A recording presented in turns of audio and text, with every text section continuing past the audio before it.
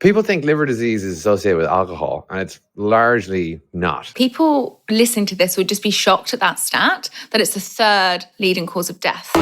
Welcome to Live Well, Be Well, a show to help high performers improve their health and well-being. Move over gut microbiome because it's time to talk about the liver. It's a lot more powerful and important to our well-being than a lot of people think. We assume it's just affected by things like alcohol, but it supports our body in so many ways. It's actually the brain of our metabolic system. My guest today is Jack Amara, and he makes the liver so fun to talk about. He's the CEO and co-founder of Ochre Bio, which is revolutionizing the treatment of liver disease. We hear a lot about the gut microbiome, but Jack will tell you why it's time to think about the liver and the many elements of our lifestyle that it affects.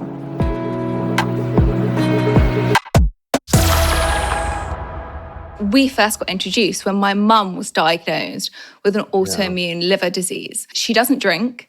She's insanely healthy. She's a really healthy weight. She exercises every day. So the fact that it hit her liver really surprised me, because we really relate liver normally to alcohol or kind of excessive obesity. That story is so common, So many people, we stigmatize the disease to a degree, and it's very unfair for the...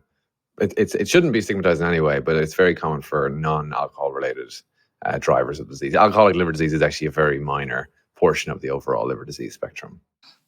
So why are we not talking about this? Because when I actually looked at the stats, this is what shocked me. Okay, so most people with liver disease die between the ages of 18 to 65 years of age. Why do we not talk about this? There's no obvious answer, but I do think to some degree it comes back to the stigma that we've associated with liver disease as a society. We've sort of painted it as a disease of excess, when in reality it's very, very much not. It's interesting because Gen Z are actually drinking less frequently than other age groups. I'm finding really fascinating. I think when we're stressed, many of us turn to alcohol, and myself included, even though I'm a health advocate and I'm a nutritionist, of course, if I'm stressed, I'll come in and be like, maybe I'll have a glass of wine. But if we think about that, one, stress is already impacting our liver. Two, alcohol impacts our liver. So we're kind of like hitting our liver hard on that one day. So how bad is alcohol for the liver? Let's just actually figure this out. Look, I think it's more about consistency the liver doesn't love, because it does have this regenerative capacity. So a regular glass of wine is probably a lot worse than a one-off, or giving your liver a breather to try and resuscitate itself and clear out the toxins is ideal case if I were your liver. Speaking as your liver now. But basically what happens is your liver metabolizes the alcohol, and in doing so it's being just put under a little bit more stress than it typically would by ingesting or converting food into energy. So in that way, it's just a bit of a stressor. And then a consistent stress, like the body, like if you are having a high stress job, you can think about, how do I relieve this stress? Do I go do yoga, or do I sort of just not do the job anymore? And you have to figure out which of those solutions works. So in the same way, the liver kind of needs to figure out, how do I de-stress myself if I'm going to be exposed to alcohol? And is this a true fact? It's not actually the alcohol that's as detrimental, it's the byproduct, the alcohol dehydrogenase. I might have said that wrong. This is taking me back to you said right, biochemistry. Yeah. The liver converts it to alcohol dehydrogenase, which is the challenge it has to break down. And one of the things that's kind of interesting is it's actually very ethnicity dependent. In the West, we tend to have a stronger or a better ability to break down alcohol dehydrogenase, whereas in parts of Asia, that's less the case. And that's where you see what's known as this sort of red flush sometimes for people who drink in Asia. One of the theories behind why that is, which is kind of interesting, and these things may or may not be true. It's hard to tell how this evolution played out in different parts of the world. But is that in the 1700s, 1800s in the West, we used to add yeast to our water to try and detoxify it. If you picked up some water from the local river, let's say. And what we were actually doing by detoxifying it that way was making it slightly alcoholic, and thereby clearing out some of the toxins that were in it. Whereas in Asia, they often just boil the water, which is a much more simple solution, much more elegant solution, one would argue. But through hundreds of years of basically adding alcohol to our drinking water, we built up a very strong resilience to alcohol dehydrogenase. And that actually was, over a couple hundred years later now, we're, as a result, much more resilient to ingesting alcohol. Again, that is one theory for why this I difference love that exists. evolutionary theory. I think that's brilliant. That we basically just seem drunk the whole time. I mean, Slightly. living in 16th, 17th century UK must have been an entertaining time to be hanging around. For a variety of reasons. Yeah.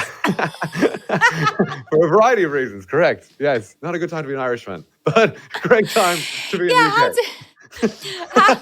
How do you deal with the not drinking very much and being Irish?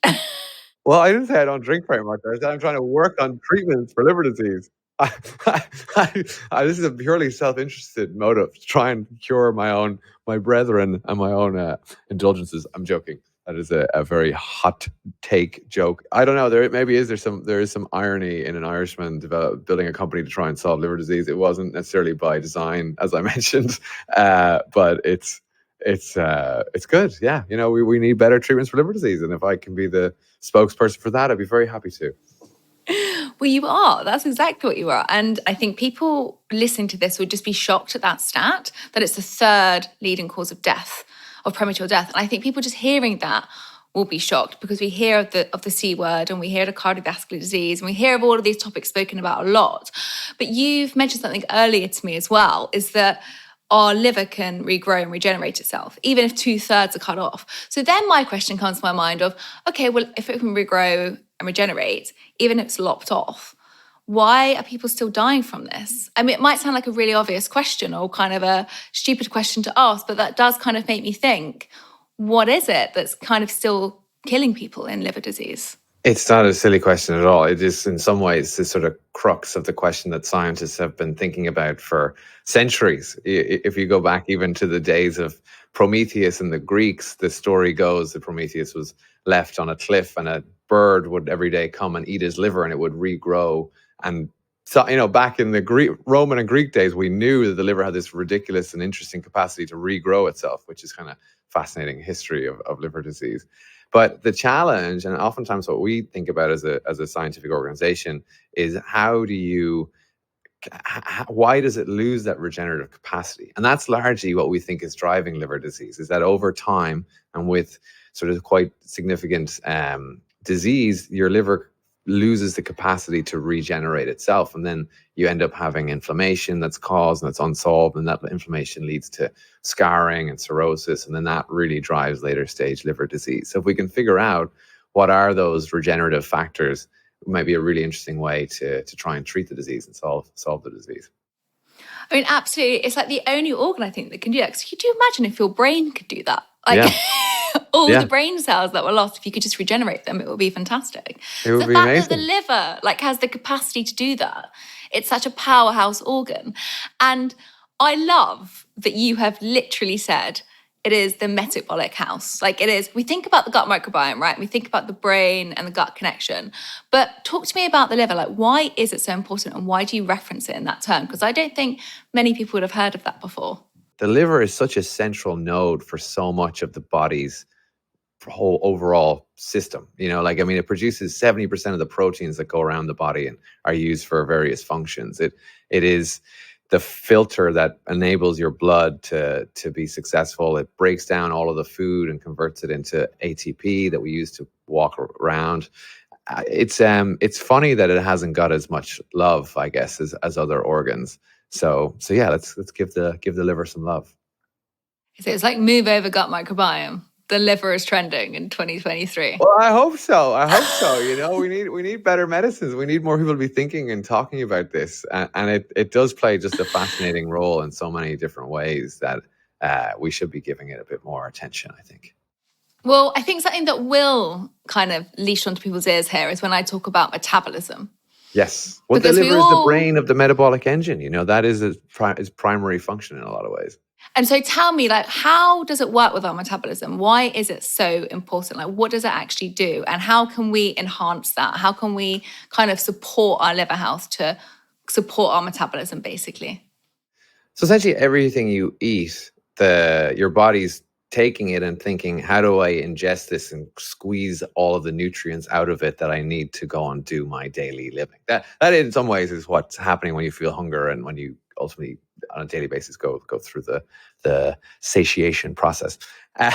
But the liver is the organ that's responsible for going, okay, you put this in me, how do I pull out the things that are actually going to be useful for you to go and do your exercise or go walk the dog or go for a jog or whatever else you might be doing during your day. So the liver is the entity that finds the nutrients within the food that you eat, extracts them, and then converts them into what's called ATP, which you're going to go back to your early biology classes. It's basically what the body uses for energy. It also takes out some glucose. It stores that for when it's cold in the winter or when it's late at night and you want some more dreaming to be done. It'll release it at that point. So it has this this engine that takes out the good stuff and saves it or uses it for whatever your body needs to do. So yeah, in that way, it very much is the engine of the metabolic system. Apart from alcohol, which I think people are going to link as kind of the detrimental side that's going to harm the liver, what are the other things that can harm our liver health? Because I think as soon as people think about metabolism, they're like, oh, well, maybe I should be doing things to prevent it. So what actually is damaging my liver? Thank you for listening so far. Now, I've been a customer of Arena Flowers for a very long time, so having them finally sponsor Live Well Be Well is utterly amazing. And I have a special discount code just for you guys. A big part of my self-care routine is self-love, and having flowers around my home, like you can see in the background if you're watching this on YouTube, is the perfect way to achieve that. Arena Flowers are the UK's #1 ethical florist. All their packaging is free from single-use plastics. So if you're ready to put a smile on someone's face and positively impact the planet, use the discount code LWBW50 for 50% off your first 3 subscription boxes. Make your first order now by clicking the link in the show notes. Now, let's get back to the episode.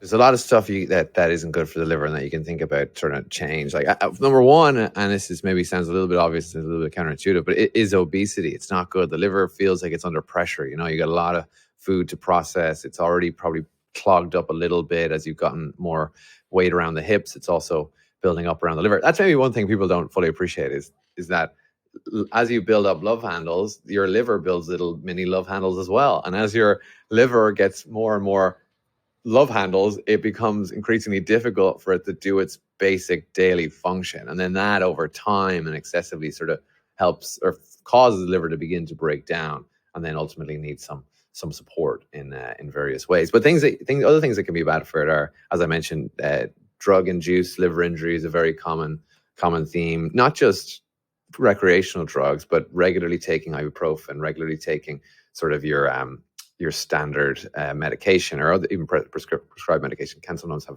negative effects on the liver.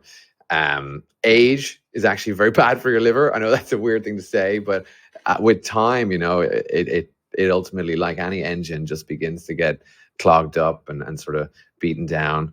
And things that are really helpful for it these are also going to sound maybe a little bit obvious, but exercise is such a phenomenal thing. It's like a rejuvenative sort of function that helps you clear out some of the crap that's stored in there and ultimately helps to resuscitate it to some extent. Chronic stress is not great for the liver. It feels your psychological stress like a lot of your body does. We're sort of one interconnected organ. All of these things are interrelated in a large way. And yeah, there's a whole and even having a better diet, getting the right sleep is good. Again, I'm kind of sounding like a little bit of a broken record now, but all of those core functions that keep your overall body healthy, your liver is being such a central node of your overall systemic health, feels the pinch when misbehaving on any of those fronts, and doing those little things can really have a positive impact.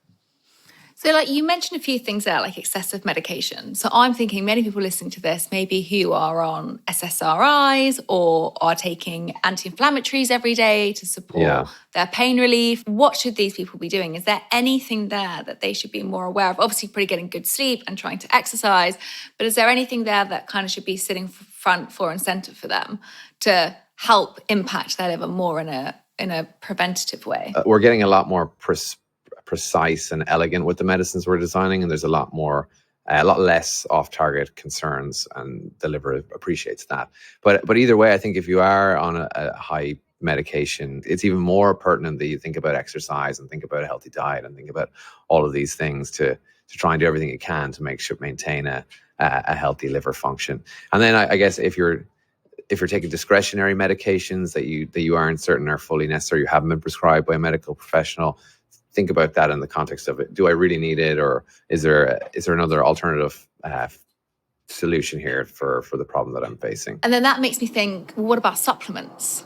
Is there anything that you see, and I have seen some kind of headlines around green tea, because there's a lot of kind of green tea is really good for your liver, and then actually no, massive excessive load, supplementation, it can be really toxic and detrimental.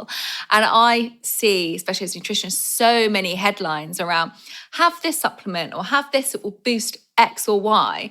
And actually it could be in reverse, be doing the opposite and be really detrimental. Yeah, I think like with everything in this life, moderation is the key. I do think there has been benefits, particularly for things like milk thistle, that have shown beneficial medical effects for your liver. There's been some real scientific evidence behind that. Also, green tea actually has some decent evidence to support in moderation that it's good for you and helps to clear out the crap.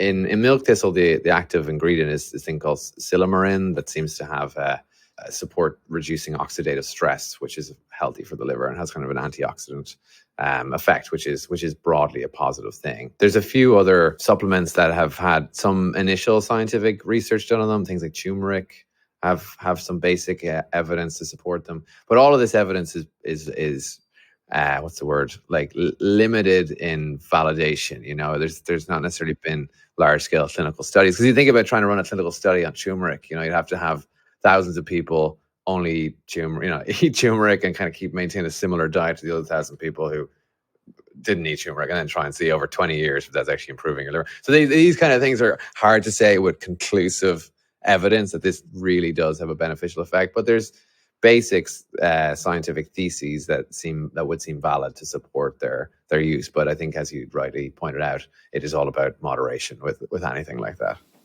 Yeah, I think it's all about moderation, because there was a few episodes where people have actually died from taking green tea supplements because it became toxic to the liver. Yeah. And you read that, and then you can, go online and you can get, the best liver boosting supplement, and you're like, oh, I'll buy that because I think it's doing good for my health. And actually it has the complete opposite effect. I think we have to realize that it's still a sensitive organ. Yeah, it's a really sensitive organ, and like I said, the danger is that you over index and then ultimately damage it, and it loses that sort of healthy ability to regenerate. There's also if you hear people, there are these sort of odd proposals for just drink salt water for a week and eat a bunch of charcoal and stuff. I'd maybe stay a little bit away from.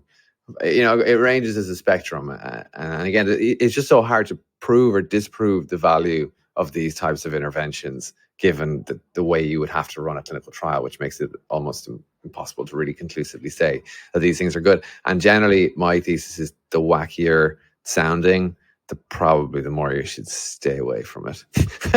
Completely. I cannot agree more with that. The fact that you mentioned charcoal, people might have not heard of that trend, but a few years ago it was massive. And I remember every corner I was walking on, there was a charcoal latte, or everyone's putting charcoal in their water, and it was just becoming this insane trend. And actually there is no evidence for it. I think it basically, where it stems from is patients that are treated with drug overdoses, when they're put into hospital, it does bind to the drugs. They have activated charcoal, but that is within their stomach before it gets to the blood. And it's totally different with alcohol. It doesn't work in detoxifying the liver. I mean, it's a detoxifying organ itself. So it's a lot of kind of misinformation there. So then everyone's trying to buy a charcoal latte in the hope that it's going to detoxify them. But it's that word again. And I'm not sure how you found that, but is incredibly faddy. So I kind of always try and say, something says detoxify, maybe speak to a health professional. I think that's wise words. I have seen it in toothpaste, and I know there's again, it's one of those things. Yeah, maybe they used it in Rome as a toothpaste alternative, but we do have great toothpaste these days. You don't necessarily need to continue to use charcoal. Maybe it is a great solution, but It tastes horrible. yeah, I'm sure folks have been, the good folks at the toothpaste companies have probably spent millions of billions of dollars researching the optimal toothpaste construct, and they're probably onto something. Maybe charcoal did a good job 2,000 years ago, but I'm sure we've evolved our thinking as a species, and I would be inclined to follow the latest thinking. But anyway, that's just me. Each to their own with these things. But I find it interesting about the milk thistle. That takes me back to my youth. I feel My like I used to pop a milk thistle. Big on milk thistle, and I looked it up in more depth before joining, because I had read some basic papers, but there is some pretty serious scientific literature that suggests it has a beneficial effect on a number of different liver-related diseases. So yeah, it seems to check out that one. The milk thistle reminds me of my younger days when I used to kind of have a big night out, which happens less frequently now. But when I did, I remember I used to wake up and be like, oh, I'm maturing, I'm growing up. I just can't hack a hangover. And I used to, have a milk thistle and be like, all will be well. But actually, I had no idea if that actually worked. So really interesting that it did, from what you're saying. So how should people be taking milk thistle? I mean, I feel like my route to entry of that is not very scientific. So what should people be doing? Well, I would echo a similar route in. My granny was a big believer in milk thistle back in Ireland, and there's a lot of truth to old themes like that. I would just say that, like anything, it doesn't really excuse a heavy night of binging. they're significantly unequal. But I think just whatever is appropriate. I don't have a specific on when or how, but regular-ish intake of milk thistle is probably broadly good for the liver. But yeah, again, heavy binging don't know if it quite balances out the heavy binging. It doesn't quite balance that out. I mean, it's interesting. One of the big things around what you've mentioned to me, and one of the big factors of liver disease, is obesity, right? And something that is absolutely cruising across all of our headlines at the moment is the new obesity drug. And I feel like it's completely captured the public, and everyone seems to be talking about it. So even Elon Musk is tweeting about his experience with it. The more I read about it again this week, I then also saw that it's also being tested for Alzheimer's and even addiction treatment. So what are your thoughts surrounding this drug, this obesity drug, basically, and where do you think it's going to go? Is it too good to be true? What a question. Lots to unpack there. I guess maybe to start off, firstly, I think it's great we now have medicines for obesity. It is a huge risk factor for so many other diseases. Public health data has told us for decades now that doctors just telling their patients to eat less and move more doesn't really do anything. Humans are humans. And there are socioeconomic factors at play at times. There are complexities of individuals' personal circumstances. There are genetics at play oftentimes. There's a whole host of different things that contribute to obesity. And I think having options for patients, right? I mean, having options for people is a great place to be as a society. And then also normalizing that and reimbursing it. And, as I said, it does contribute and is a risk factor for a lot of quite significantly more serious illnesses. So I think that's a very positive thing. And it's a very positive shift as a society to start thinking about it in that way. Second thing is, like all good things, there does come concerns and things to be careful of. The first is that it should only be used on label. I mean, I of course I'm gonna say that. I think there is a risk factor if you're taking it off label, that we don't fully know the long-term consequences of taking these types of products. I think the big one that physicians tend to flag is this idea of oscillating between skinny and overweight and skinny and overweight, and the consequences that may have on your body long-term, maybe one of them being the sort of unusual facial sagging that you described. The other, maybe the more interesting forward-looking statement is that it is really the first of what is going to be a tsunami of innovation. I mean, 10 years ago, people really weren't interested in backing obesity drugs, because first of all, people didn't think payers would pay for them. So they were kind of going, there's maybe not a big return on investment. And then there's also this, a little like where liver disease is today, there's this sort of societal stigma that, this is self-inflicted and therefore isn't a real illness and therefore shouldn't be treated. Whereas, as I just mentioned, that isn't necessarily the right way to think about these types of things. And what we're finding is that by improving your BMI or your body weight, you have all of these much broader systemic health effects. So much so that we're even thinking about trialing this drug, which again is an obesity drug, as a treatment for Alzheimer's, which is mad. But it shows you just how interconnected our body is, and that's this whole idea of keeping your weight down can actually have way broader systemic effects. And that's a little bit how we think about the treatments we're developing for liver disease. If you have a healthier liver, that's a more efficient metabolic engine for your body, all of a sudden, over a longer period of time, you may have all of this more beneficial effects on neurodegenerative disease, cardiovascular disease, which is inherently linked to metabolic dysfunction. And then, just going back to that point on it's the first of many, like my partner in crime, our CSO, used to work for Novo Nordisk, who was one of the inventors of the manufacturer of Ozempic and one of the inventors of GLP-1. And he often talks about this idea that it's largely a nauseous effect. I mean, he's saying it in jest, but the idea that nausea helps just block satiation and therefore you eat less and you lose weight. That's obviously not entirely true. There obviously is a metabolic function of the product, but it isn't perfect for everyone. There is a real nauseous effect that's getting slightly better with the next iterations of it, but it is very much there for people who take the product. And I think over time that'll start to become less the case. And I actually was at a presentation where one of the founders was presenting a next generation obesity drug that not only helped you lose weight, but helped you build muscle as well. And how bizarre a world would that be if we're all in our 60s looking great and doing push-ups on the beach? That would be a good life, a good way to think about our later years.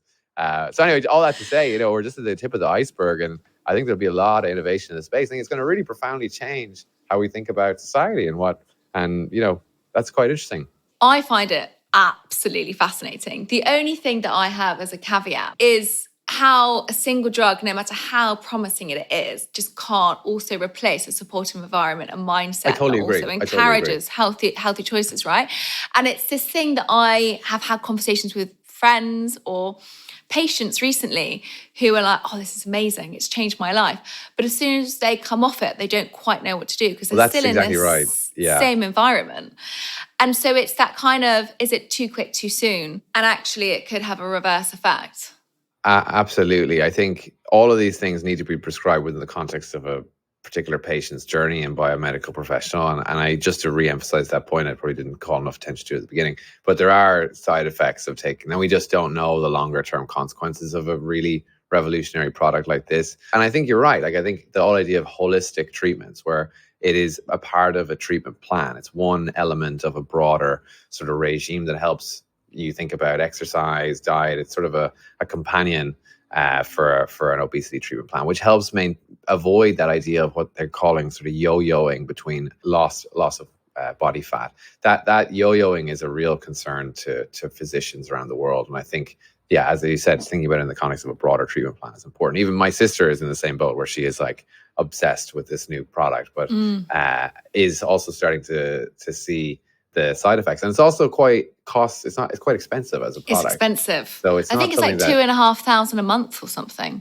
Yeah. Which is high to maintain. Which is huge. And I mean, it's not something that's going to be accessible to the vast majority of the public anyway, but it really needs to be prescribed in a way that's intentional and only for those who really need it at this point. Not just for from a health economics argument, even beyond the individual experience. So interesting times, and very important to draw attention to the pros and the cons. Yeah, I mean, I do find it completely fascinating, especially the fact that I even read around new addiction treatment that they feel like that could actually be one of the next things on the horizon, as well as Alzheimer's. And we thought about obesity, diabetes 3 also being linked to Alzheimer's. So it's just so interesting that this is even going to kind of start resonating in that sense. How does the liver, if this is just a weird question, play a role in that? So it's a targeting a gene expressed in the liver that helps the relationship between the liver and the brain and the satiation sort of axis. So this is the idea that the liver produces 70% of your proteins that play a role across your body. So there's so many. If you're by treating the liver by targeting a specific protein or specific gene that's expressed in the liver, you can have this really broad, wide-ranging sort of systemic effect, which people don't fully appreciate, I don't think. Well, no, and I feel like I feel like I'm kind of quite clued up on the health side of things. I would never have guessed that. I would never have thought. And I guess this brings us back to like the gut microbiome, like move to the side, because it can actually have a direct impact on your mental health. I mean, that I do find quite fascinating. I should caveat, we haven't seen the results of the Alzheimer's trial yet, but just the fact that Novo Nordisk is willing to foot the bill of a very expensive trial, like an Alzheimer's trial for a product that's drugging something in the liver is a major, and just, I think it just underscores that point of the interconnectivity between all of our organs, and a benefit to the liver or a benefit to your BMI can have all of this effect on your systemic being. I think we kind of knew this intuitively, but it's interesting to now see it in a really data-driven way. Completely. And where do you think it will lead us in the next 5 years? Do you think it will lead to completely revolutionizing the healthcare system? Do you think we'll start looking at other organs and how we can target them and impact on this side? What's your kind of thoughts on the future of this? I think we'll get more and more segmented, like the products. You mentioned there's a whole host of different branded products that are broadly doing the same thing. I think the science will lead us to more specific products targeted to more specific subtypes of obesity or subtypes of patient groups that are better suited to their needs, and ultimately remove and reduce a lot of the current side effects, and sort of get more targeted and more tailored as a class of drugs. But I think it will become its own sort of wave of new products looking at metabolic function, and that's where the liver is sort of the central node. Yeah, completely. Well, I think, but what you're doing, and this takes me really nicely onto the next topic, is the future developments, I think, really also lay hand in hand with AI. And for anyone who's about to go, oh, maybe this isn't my kind of thing, I'm obsessed with ChatGPT, and I think it's become my daily companion. But many people are terrified of the quick developments AI is making. I caveat that with where you are in therapeutics and what you're doing. I think it gives us a lot of hope for the future with our healthcare system.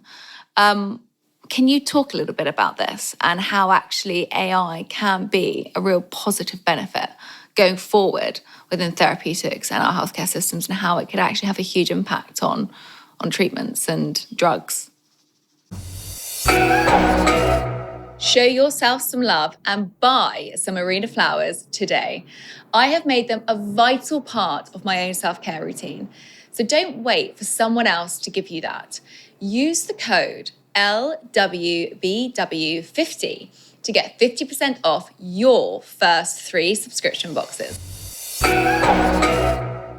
Yeah, well, I'll start off maybe with the latter, which isn't necessarily my domain of expertise, but just I do think it's a really interesting comment around how AI, and even potentially things like ChatGPT, will impact primary care for patients. Like you think about how much time your average physician spends on administrative work, like tracking specific patient. It's all even done paper-based, like submitting files and reports, and so much very labor-intensive administrative overhead to the treatment of people, which is what a physician is trained to do. Like ChatGPT has really made it clear to the world how elegant and easy to use these types of tools are, in a way that ideally it sort of supercharges your highly trained professional, the physician, and allows them to spend more time treating patients and less time treating paperwork, which I think would be a really positive thing. I think I love it as well, because it kind of makes you it kind of supercharges you as an individual, in that you can go into a room and get the basic lowdown on a specific topic in rapid time, and sort of become a lot smarter, a lot faster. And I'm seeing within the organization from an operations perspective, but from a therapeutics perspective, where we're deploying tools like AI in a very intentional way, is to discovering new biology. So our company does a lot of big data research around liver and liver disease and liver biology. We use new technologies, which I'm not sure how familiar your listeners will be, called genomic single cell sequencing, spatial sequencing. These are tools that make a lot of noise in the scientific community, but maybe less so in the general public. And basically what they allow you to do is sort of zoom in on tissues, diseased and healthy tissues, and try and get to the root of what is being expressed at a cellular, at a DNA level. What is your DNA doing in healthy state versus a disease state?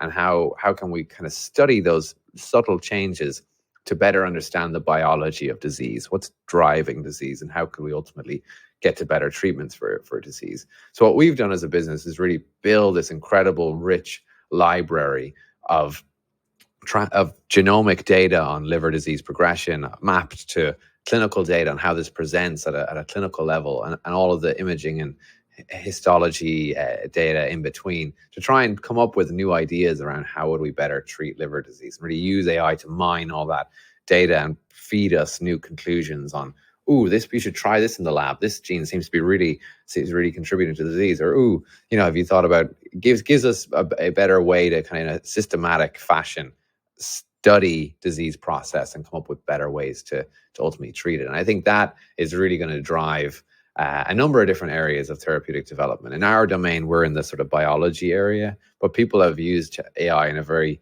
significant and successful way in designing the actual drug itself, so manufacturing and helping to optimize the design of the drug, right through to actually running clinical trials in a much more efficient way. Because we do run clinical trials, it hasn't really changed in 40, 50 years, and new tools and technologies to better identify patients, make sure the right patients get the right drug, make sure we're tracking and monitoring how the patient is responding to the drug in a much more elegant way, and forcing them back into a hospital to get a biopsy, and all of those sort of standard practices that are a little bit rudimentary and can be augmented and enhanced with technology. I think there's a whole host of different use cases where AI will have a really positive effect on the world, and is already doing so, but it will be even more impactful. I obviously I'm not the right guy to comment on this more existential threat of the technology, but I think when deployed in a controlled and targeted fashion, like a lot of technologies, they ultimately have a broadly positive impact, as long as we're careful about the side effects. I think one last comment is started going a little bit in the philosophical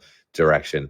An interesting way to think about regulation for AI, which even the CEO of OpenAI is calling for, which is kind of an interesting theme, is a little bit like how medicines are regulated. We have very controlled environments where we can test them. You have to be certified and regulated to discover and test and for new products. Then once you have something you think is interesting, in order to move it into human testing, you have a very stringent regulatory process, which is scientifically driven. You have to have regular interactions with regulatory agencies to get to a point where everyone's comfortable that this potential product is ready to be released in a very controlled fashion into society. And then over the course of 3 different phases of testing, you ultimately are allowed to commercialize it and market it in a larger way. And I mean, that is an interesting blueprint, and one that came up in the 50s, 60s as a way to get comfortable with releasing new medical technology into the world. And it could be considered a way to do so for something as potentially concerning as OpenAI, or these sort of more chat GPT like technologies, controlled, regulated, and sort of let out as we get comfortable with them. I mean, I think that is what is scaring people. So the fact that AI is just going quicker maybe than the human brain can do. And I think the fact of how it's just jumped in the last year, I think that's where people become quite scared, because it is the unknown. And for so many areas, it's fantastic. It's got incredible benefits just from what you've mentioned. Okay, even how Ochre Bio are doing and all these new drug discoveries, and the potential of how it could revolutionize our systems from biotech to literally patient care, like 2 extreme ends of the healthcare system, but how it can have such a dramatic impact can be fascinating. But again, on the other side, there's all of these other factors that people, I think, are so terrified. So I think, that is the legislation of what it has to go through, like a medical study, is actually a really fascinating way to look at it. But then do you think it would slow it down too dramatically that we actually wouldn't get anywhere? Because if I look about how drugs are regulated and how long it takes to get through. Yeah, look, I think we could be waiting 20 years. Well, that's the balance. These are decisions as a society we need to make, right? We've been intentional about what we think we're comfortable with from a pharmaceutical products regulatory perspective, and largely, I think over time ideally everything will be faster and better resource to speed things up, but we are dealing with people's lives, so there is a necessary regulatory step to be comfortable with the types of products that are let out into the world, because there are bad actors and we need to prevent against that. So, and in the same way, I think we could think about innovative regulatory strategies for things like AI. I'm not a regulatory expert. I'm just kind of giving my 2 cents on the topic, but there are ways to get creative about this, but there isn't a lot of time. I think that's the challenge that governments face at the moment, is they need to sort of act quickly and come up with some proposed strategies, and then work with the innovators. I think that's maybe one of the challenges regulatory agents face. It's hard to get in a room and get productive with the innovators, and I think that was where COVID was sort of provided a blueprint to a degree, where there was this very hand in glove collaborative process. Like, if you listen to Moderna talk about their experience of bringing the vaccine to market, it's really fascinating, and just huge speed and collaborative and sort of effective ways to regulate and get things to the people who need them as quickly as possible. And I think maybe there's a blueprint there of a not so traditionally slow regulatory body, but something that's a bit more hand in hand with the folks. And I think the innovators are very much in the mind to do so, because they're aware that this is accelerating potentially in a way that even they were surprised by. So it's interesting times.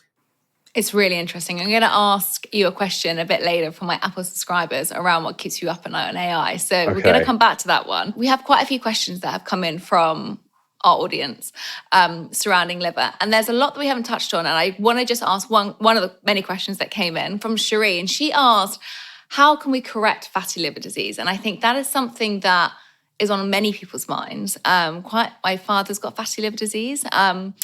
Actually, quite a few people that I work with have fatty liver disease. And so it seems to be really rising. And I think a lot of people are concerned around this on their liver health. So what's your thoughts surrounding fatty liver disease, and what can people do as preventative measures, or even, to support them during this stage? Unfortunately, there isn't any approved medical products at this point. There's a lot of innovation ongoing in the background, and there's some really promising early studies. A company called Madrigal had a really promising recent readout that's a great boost to the field, and hopefully that will start to catalyze more investment and more success for patients who are suffering from fatty liver disease.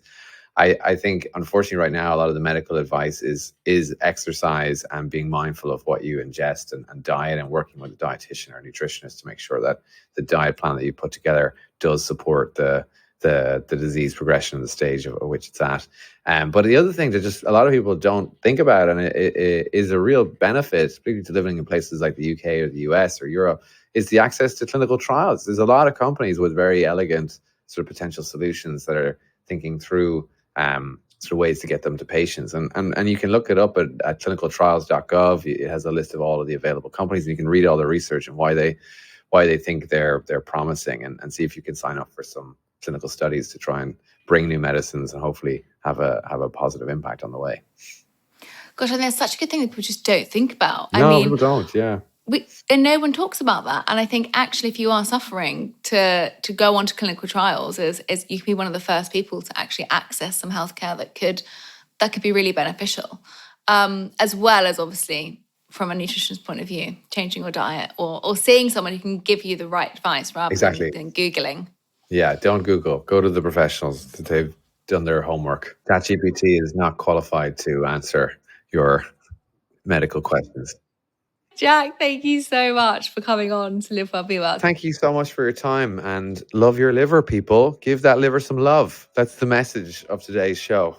Thanks, Jack. What a fascinating conversation that was. I've just recorded a bonus question with Jack about practical tips to take care of your liver health. And I find out what keeps Jack awake at night when it comes to the rise of AI in our society. You can listen to the bonus episode as well as additional content from me when you sign up for a subscription using Apple Podcasts. Start your free trial of Live Well, Be Well now.